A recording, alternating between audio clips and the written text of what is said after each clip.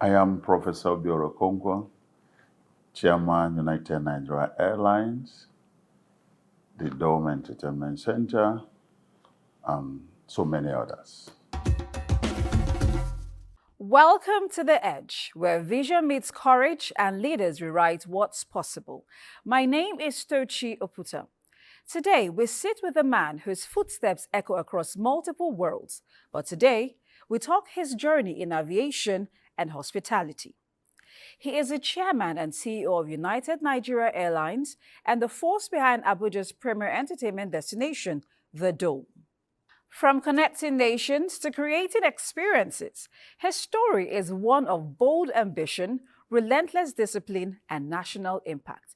This is The Edge with Professor Obiora Okonkwo.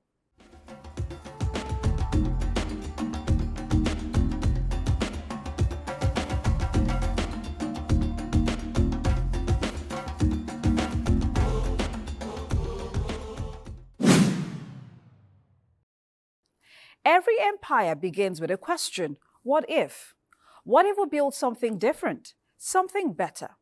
For Professor Okonkwo, that question became a mission. Let's go back to where it all started. I wouldn't say that I was created to be an entrepreneur, but all through my life, like I've said in many instances, I have been around business environment. My father was a businessman. I grew up in our nature, became part of his business from the age of 10. And ever since then, I have always been involved in one business or the other. So you wouldn't have grown up in our nature main market, without knowing about business. So I wasn't just hovering around our nature. I was trading, right, in our nature main market. So I would always say that I was an apprentice under my father. And so that Iba boy stuff, I had experience of it. And when I finished school, had a brief moment also working around a big enterprise as a manager in Lagos. And I was really involved in very sensitive aspect of that business. All the importation processes, bidding, clearing, and all that before these goods are moved on to the headquarters in Onitsha. Traveled overseas to do business for my further studies, and I left Nigeria with quite some cash, and getting into Moscow, Soviet Union, then later Russia. I found out that there were a whole lot of business opportunities. So within 3 months of my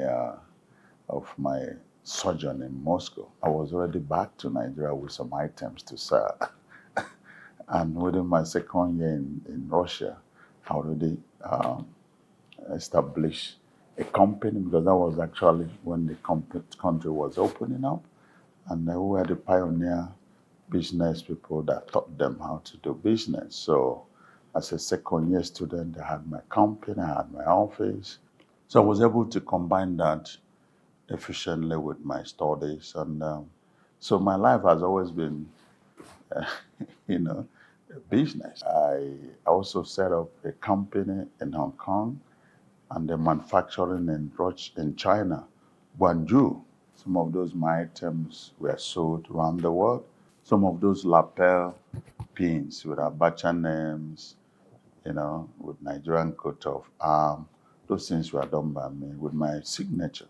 But I've always loved to be in business that gives me the joy and satisfaction, not just making money, but to add value to life, be of service to the society. I was in Abuja for the first time in 1997, January 1997, and I really loved it. And I met a great friend who was then the ADC to Mr. Abacha, Suleiman Abba, who later became my IG of police. With him liking Abuja, I started looking into what I can do to contribute to the great city of Abuja. And every weekend, everyone rushes back. Abuja becomes empty. And then I said, on my first trip, so I want to build a place of entertainment here. It just doesn't have to be hotel because everywhere hotel, hotel, hotel. So it could be just somewhere people could not only drink or dance, but also have some recreation. So that was what led actually to the first ever all-purpose recreation center, I think in Nigeria, nothing but recreation from up to down outside. So that was what came back to them. I have a couple of other businesses. I was in IT, I'm in security. But these are the ones you see. And from there, you now can see United Nigeria is continuing service. As you can see, we have a tagline, Flying to Unite. So we believe that there will be no unity in this country if people are not able to move from place to place. You know, it's only when you see, when you visit, when you interact, that you might be able to change your impression. So we're embarking on that as a project, moving from place to place, moving people within Nigeria, and then hopefully soon beyond the African region and across the Atlantic. Time now for Money Minute. This is a fast breakdown of the real numbers powering an airline and the economics that keep the engines running.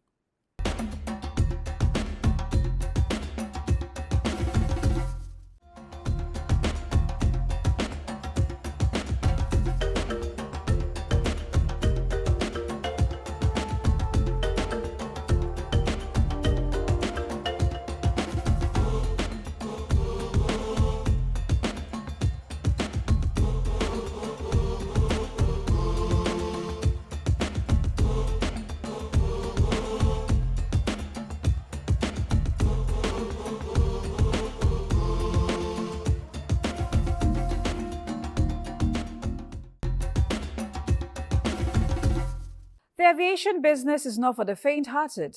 From high operational cost to regulatory precision, it demands both courage and discipline. So how does an airline stay stable and safe and successful in a constantly shifting? Let's dive into the grind behind the growth. I went into aviation by default. I'm not a trained aviator. I have passion for service. I have passion for providing solution. And then from there, it make business sense. So I was approached by the Air Force. Then I was in business with the military, the Air Force. The Air Force had wanted to set up a Washi aviation company, then to help them in moving, supporting the Nigerian troops on rotation to different peacekeeping around Africa. In the process, I'll buy the equipment as the aircraft, they will do the management, I'll become the chairman, and we owe the company 50-50. That was really how we started. Was ready for operations. There was change in leadership of Air Force. So the new chief of air staff had a different idea. He didn't support that business. So the aircraft was on. We never flew for one day. At some point, I felt that nobody can stop this. You know, I love such challenges. So I negotiated them out and then took over the company. The first aircraft I bought was 737 Boeing. Beautiful, nice aircraft. And so I got to understand that you need to develop some routes, and then you're providing the smaller capacity aircraft.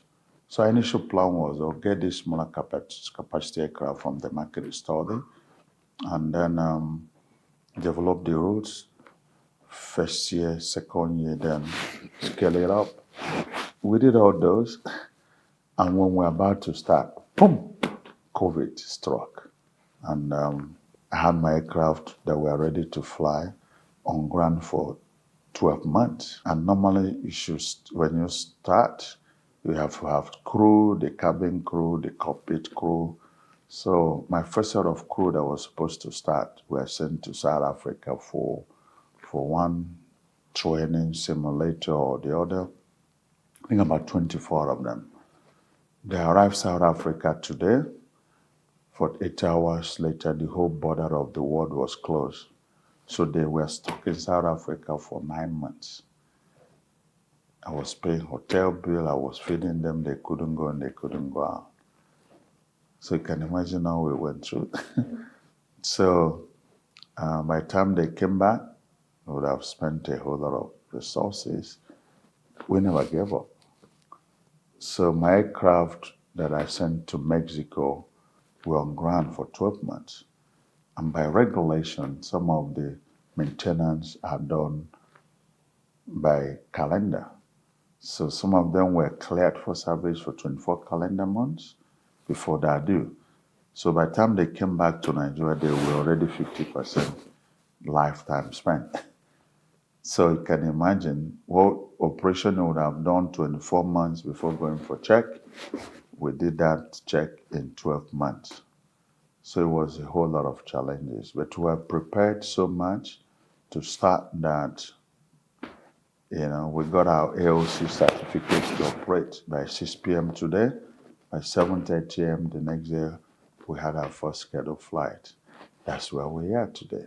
So we thought that was over, and then change of government, naira fluctuations, scarcity of aviation fuel, from dollar from 200 and something to 1,000 something, aviation fuel from 190 to over 1,000, and endless, which was enough to have sent somebody to just his early retirement. But by the special grace of God, we never lacked the courage and the commitment never to say it's over.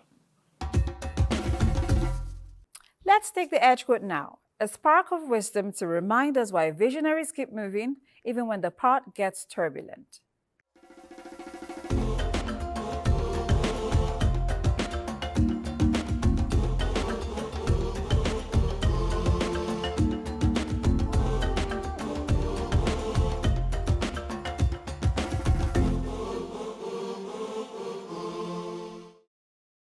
Every great brand has a signature, a touch, a rhythm, a promise. So, what exactly gives United Nigeria Airlines and the Dome their edge? Let's uncover it in this next segment. Before now, it may have been generally accepted that only captains or train aviators are better aviation managers. I'm not refuting that, but I know pretty much that it takes a lot more than that. You must have some good financial sense. If you don't possess it, you must have a team, because I think it's more or less how you manage your finances. Aviation is not only a high capital venture, but it's one venture that generates huge amount of revenue. And if you don't place them well, if you don't manage them well, you might eat your tomorrow's money today. And then when the time calls for maintenance, then you find yourself in trouble. So it's a deregulated sector. You fix your prices, your ticket fare based on the operational cost and market demand. But in the past, government fixed prices regardless of your operational expenses. And there were no also enabling technology to control certain loopholes. Tickets were sold cash, bookings were not online. But today, 99% of those things are technology based for those who choose to embrace that. And we're quite innovative in what we do. So, with all those things, you have curtailed some some element of fraud to a very, very minimal extent. It might not be 100%. I wouldn't want people to have that conception aviation is business that should come and die, because we are here to stay.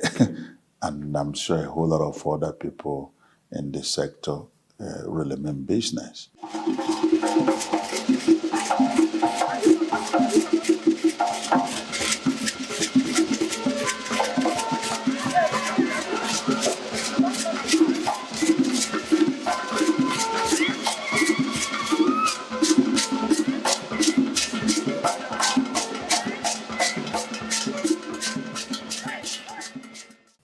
It's living up to our mantra, uniting, flying to unite people from place to place. Ghana is a very, very strategic country in West Africa. It's the second largest economy in West Africa. It's a great ally to Nigeria. And some people do wonder why Nigerian Airlines starts with the Ghanaian route when there are other African countries. The reason is simple. The statistics and pax load analysis are there. You have more movement between Nigeria and Ghana than you have in the entire West African region put together. So we are private business. We are not sponsored by government. So we go to where we think the business might be viable and compete with the number of the passengers available. We landed our first flight in Ghana on the 10th of November. That date and month is very symbolic. It was the exact day the former president, African legend, President Rawlings, died. So that was the 5th year anniversary of his death. So that was why we named our inaugural aircraft Rawlings. And that really excited the family and the entire nation. And so they are being ably supported by the high commissioners of both countries. Like we took Ghana by storm. We had a very great warm welcome and reception. And then obviously on board that flight were some support from the Nigerian side. My brother and associate Alan Onyemo of APIS was on ground, the chairman Senate committee, the minister well fully represented by the PAMSEC and other directors. So we're happy that this our little effort is gradually getting the necessary traction.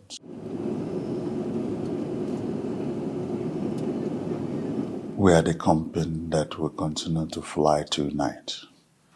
We have a vision and a mission to connect all sectors and all aspects of the nation. Until we do that, we will not relent. There are areas that must have to be viable, and there are some states that need to be developed, and that's the way it's done all over the places in the industry. Some places need that air development. It might not be viable for us to just go there and bear the cost, and then we're going into partnership with the state to support the process. And I can tell you that by the end of first quarter next year, max middle of second quarter next year, would have also connected some northeast, Borno, Yobe, Gombe, and we're not only starting Ekiti, we're starting Ekiti and the Lorraine. As the visionary, I have responsibility to dream where we want the company to be the next 1 year, the next 2 years. Sometimes it's some kind of challenging to cascade that vision to the team you are working with for them to understand it, own it, and then run with it. But no matter how difficult and challenging it is, it's a thing that must have to be done by all means. Because if you don't get that done and get them on board, then you can live and die with a dream. But to apply known methodology and system, academic, natural sense, everything that is there that helps to relate with people and understand where we're going. Your experience starts from, buying our ticket, checking in, and then on board. So we just don't want to fly. We want to remain in the life of people that fly with us and then in the life of the communities where we do business. United Nigeria is just 4 years plus. And in these 4 years plus, we had done everything we could do to unite people outside Nigeria.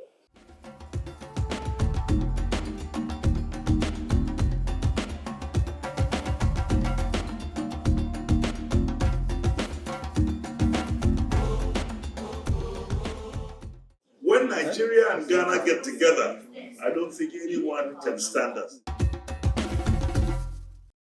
The dome is iconic. It's been there for 20 years. So it's not like yesterday. That was sweat of my youthful age. The structure is not just, should not be seen as an entertainment. It's a character displayed. It's a show of my vision for this country. It is where I really felt that if Nigerians have to relax, it has to be in the right environment. And when we really came in, we actually changed the rule of the game. A lot of places closed down and then, started to upgrade their standards. I know a good number of people that know me 20 years ago. If you go to their phone, they have Obidome. Dome. It's just Tommy Smith. So it's a brand that I'm very passionate about. And I'm working hard to sustain as long as I can. It's all service. The dome is about service. The airline, United Nigeria Airlines, is about service. So they have some things in common. It's where you provide for people. When we start off the dome, based on what I know about Nigeria entertainment and recreation industry, I had directed my team to employ 30% of experience and 70% of freshers so that we start with them. I remember, we have the first bowling center in Nigeria, and many people now who are bowling technicians or experts started their journey here with us at the Dome. We've given opportunities to people. And then in everything I do, you must have that value to teach people, to employ people, to provide job opportunities. We're having almost 2,000 people in our workforce today. And I took the same thing also to my the aviation company. Say, look, 30% experience, 70% new people. Now let's pull out a quick insight for entrepreneurs. A simple reminder that big dreams don't wait for perfect conditions. They grow through consistent systems and bold action. Here is your edge tip for today.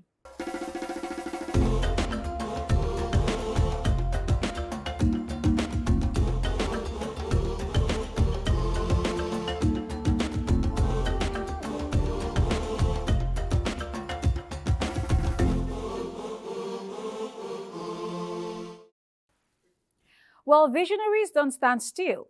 They build, they expand, they evolve. From new routes to new investments to new opportunities for Nigerians. Let's talk about the future through the eyes of the man shaping it. Future Forward is up next. You don't just set out to be a multi-sector businessman, but you just have to start with one thing. It's always good to have multiple sources of income, but start from the known to the unknown. Challenges will come. Be resilient. right? And don't give up. It just doesn't happen easily. We'll be 5 years in operation February 2026. By first quarter, second quarter next year, would have gone around more of West African region. And by second quarter, we've done continental, but by the special grace of God, summer next year, we're going Europe and America. Summer next year. So everything is in place for that. So it will be expansion, expansion, expansion. But we must not bite more than we can chew. God help us. From ambition to action, from ideas to institutions, Professor Obiora Okonkwo reminds us that leadership is not about the spotlight, but about service, discipline, and impact. Before we go, here is how to connect with us.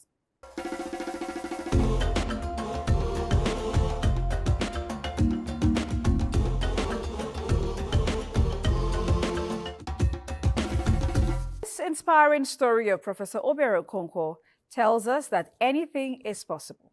That's all on The Edge for today. Join me next time for another bold story and big ideas right here on The Edge.